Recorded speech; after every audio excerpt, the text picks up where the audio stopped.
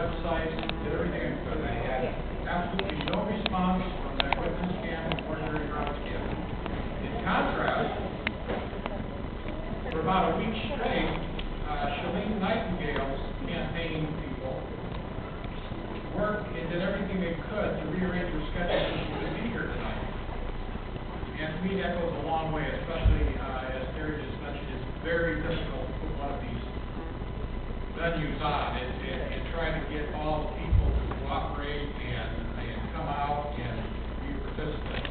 So, before I make and introduce you to Chelene, I want to ask Paul Smith, after Chelene speaks, if he would take over for me, because again, for a couple of reasons. Just as important as the candidates are the issues on the ballot this year. They involve our property taxes, and they involve the employment situation in California. And a lot of people don't even realize that these propositions are even on the ballot. So I asked the representative to come. I did get a representative for the yes on 23 and no on 25, and again, I got absolutely no response for the opposition. So, I'm going to introduce Chelene only because she is our special guest, and because she was so cooperative to come up here. I think she lives in San Diego. And then I'm going to disappear and see how things are going in the kitchen and everything else. And Paul Smith, I'd ask if you please take over for me. And he has some things that he'd like to say. So, Chelene Nightingale is our next candidate. She's running for governor of the state of California, and she is a member of the American Independent Party, and she is our special guest. So she will have a few extra minutes. All right, thank you, Dan.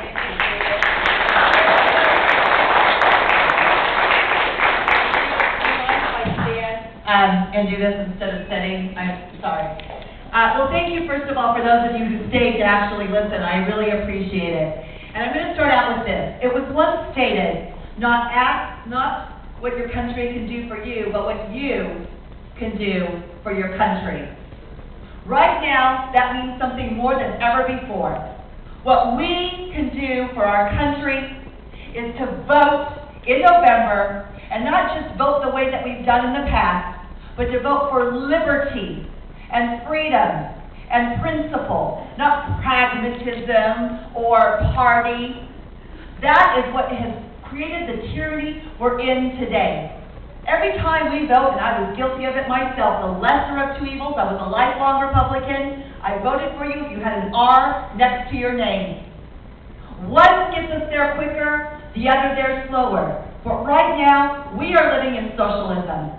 Some will even say communism. I speak to so many legal immigrants who tearfully will come up to me and say, Chelene, I left Russia to come to this country that I love. And now it's being taken away from me the same way Russia was taken away from me.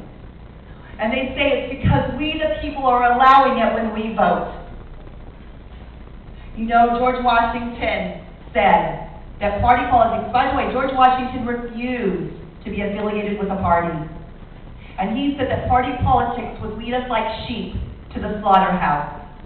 I hate to be dramatic, but the alarm is ringing and the slaughterhouse is here. I just heard today, and I was very disappointed, that one of the gubernatorial candidates, with an R next to their name, came out against Prop 23. I don't know how any candidate can come out here and talk about jobs for we the people, and yet be against the very proposition that will give us our jobs or save our jobs what's left. 25% of our manufacturing has already left our state. Since the beginning of this year, 85 major businesses like Toyota have left due to AB 32. If Prop 23 fails, please, we have to get the word out. Everybody, I don't care what, this crosses all party lines, yes on Prop 23. Because if it fails and AB 32 goes into effect and we don't have a governor fighting against AB 32, we're going to lose 1.1 million additional jobs. In addition, small businesses, my husband and I, heating, air conditioning, and appliance repair, it is estimated cost $50,000 per small business to conform to these new standards. For each family, it will affect you as well.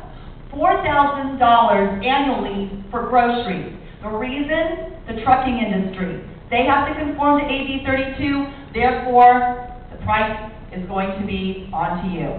And we have an economic depression. We all know we have the highest unemployment rate today that we have in the history of the state of California.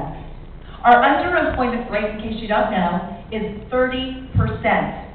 Now, in the Central Valley, where the water isn't turned on, and obviously the farmers are affected by AB 32, in some places in that region, 50%. Our state can't afford to play this chess game of politics anymore.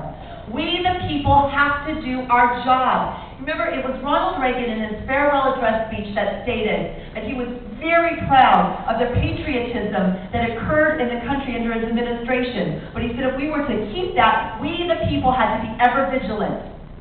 We had to be ever vigilant to keep our liberty and our freedom. So here we are. We're at the crossroads. And what are we going to do? Are we going to listen to the, well, you don't have a chance to win? Are you kidding me? I only don't have a chance if we, the people, don't work together. And just so you know, the Tea Party started, I mean, some people say it started years and years ago, but 2007 is when we really came out strong. I've been an activist since 2005. I've been out there fighting for our country for a really long time now. I started out fighting against illegal immigration and amnesty. Ronald to Campion, freeing those Border Patrol agents. This is not something new. To me, this is life. This is about the future of my children. I have two. I have a stepdaughter who just finished her second year of college. She's not in college right now. She went out to try to find a job. She could only find one through a friend at a hardware store making minimum wage. That's what 2 years of college can get you today. I shudder to think what's going to happen to my 7-year-old who I homeschool by the time he is 20, if we continue on this path. So I'm encouraging you that we can do it. Last night, when I spoke at the North Bay Patriots Tea Party, one of the gentlemen came up to me and he said, Chelene, I've got a slogan for you. He said, our computers, our boots on the ground can beat Meg's millions. And I know something is happening because just a few weeks ago in the polls, other was 6%. Today, before the Prop 23 announcement, other is now at 18%. Well, we have 6 weeks to go. We just filmed our commercial. They're in post right now. We need a digitizer, and we need advertising funds. But this is where we, the boots on the ground, we have to unite. And we have to ask ourselves, is California worth saving? Is it worth saving?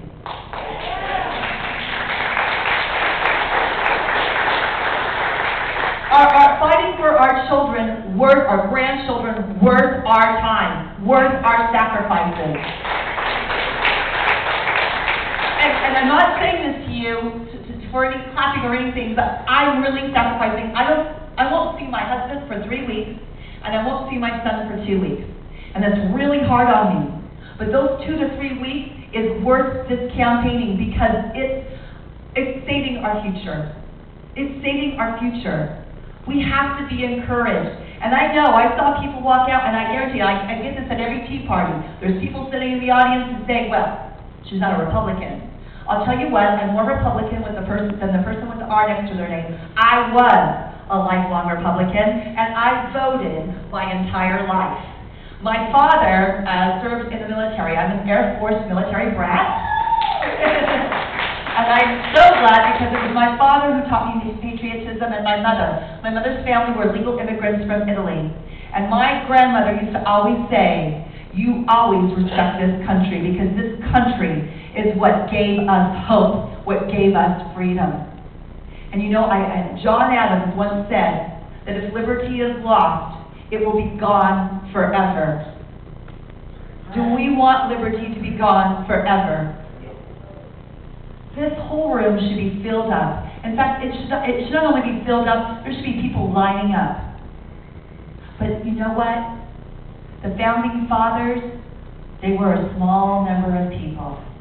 And they did not win every battle, but they won the final victory.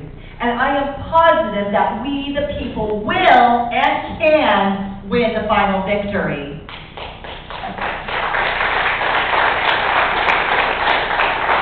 And I always say, when elected, our administration is going to have to be the clean-up crew, because we have to make sure that legislature goes part-time. We must pick out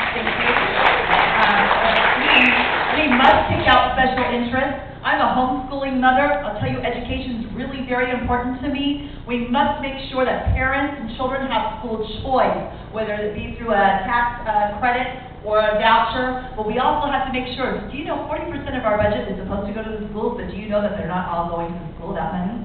We have to make sure that the teachers get the money for their classrooms. And also, I want to introduce going back to a vocational track.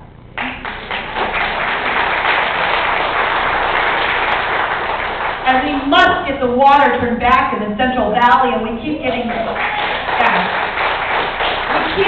lied to. The governor has the power to turn back on the water. I don't need permission from anybody. And the sheriff, and this is according to Sheriff Richard Mack, who endorsed our campaign, along with Sheriff Joe Arpaio, by the way, who endorsed our campaign. But Sheriff Richard Mack said that the sheriff in that county has the ability to arrest any federal agent that comes in to turn off that water. We also must, I've met with them already, we must put our California State Military Reserve armed on the border. I know, it's so perplexed. We actually, believe it or not, we have our own California State Military.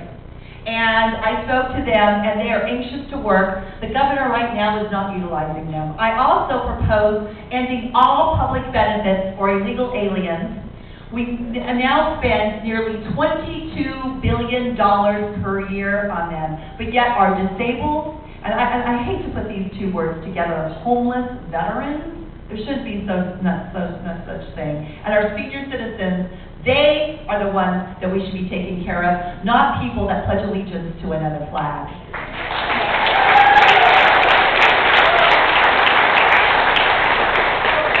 So, you know, I'm gonna leave you with this, and I love these words, and they were from Ronald Reagan again. And he said that the future was not for the faint at heart, but only for the brave. So I'm asking each and every single one of you to be brave.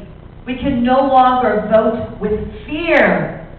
Who was that said fear is, fear itself, right? Yes, thank you. We can't do that any longer. Fear is what has created tyranny. So now we must vote with bravery. Because if we do, and if we unite, it happened for Joe in Alaska, it happened for Christine in Delaware, it can happen with Chelene in California.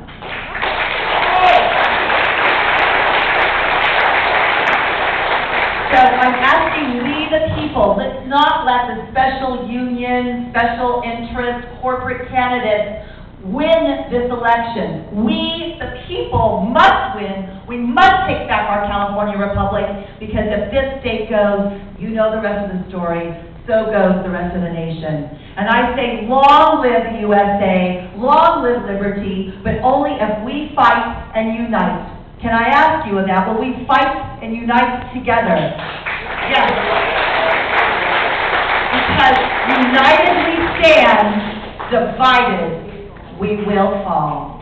So thank you very much for your time. God bless each and every single one of you. And do we have question and answer now? Is that how it goes? Or? You can go over to the next room and okay, great. If you have any questions for me, we're in the other room. I'll be happy to answer them. And thank you very much. God bless.